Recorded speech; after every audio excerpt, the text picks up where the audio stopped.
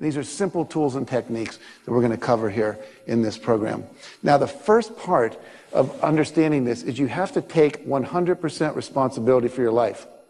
That means you have to take 100%, not 99, not 75. But if you take law of attraction seriously, you realize that everything in your life, you are creating it. You have created it. You can't hire other people to do your push-ups for you. Have you ever heard that phrase? You know, these are things that you have to learn to do for yourself. You have to take responsibility.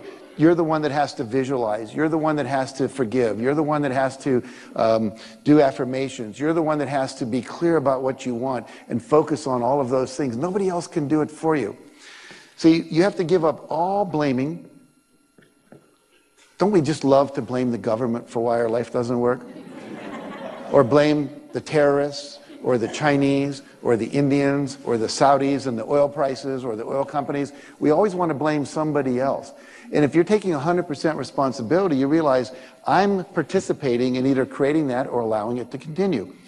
You also have to give up all complaining. How many of you have ever complained in your life? Yeah. You know? And here's what I've learned about complaining. In order to complain, I have to have a reference point of something better that I want that I'm not willing to risk creating. Now let me explain that again. I have to have a reference point in my mind of something I want that's better than what I have that I'm not willing to risk creating, so what I do is complain about it instead. See, if I was complaining about my wife, it would mean that I would have to believe that somewhere out there in the world there's a better woman than my wife. See, if every woman on the planet died, except my wife, do you think I'd go to work the next day and complain about her? No, she's the only one. And I'd be going, hey, and I got her. This is really cool, right? Do you ever hear anyone complain about gravity? Very rarely. You know, gravity makes us all bend over. Do you ever see an old person walking down the street going, gravity? They have a little walker. I hate gravity. If it weren't for gravity, I wouldn't be all bent over like this. Gravity sucks. Now, have you ever heard an older person doing it? No, the reason they don't complain about gravity is because there's no alternative to it.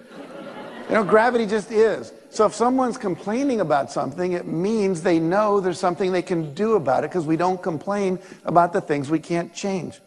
So as soon as you hear yourself complaining, I want you to stop and say, okay, what would I rather have? Remember, law of attraction always says focus on what you want, not what you don't want. Because when you're talking about what you don't want, when you're complaining and blaming, you're focusing on that which you don't want, and you're accelerating its expression out into the universe with those negative feelings. And yet we'll spend a majority of our time complaining about so many things. And usually we complain about them to people who can't do anything.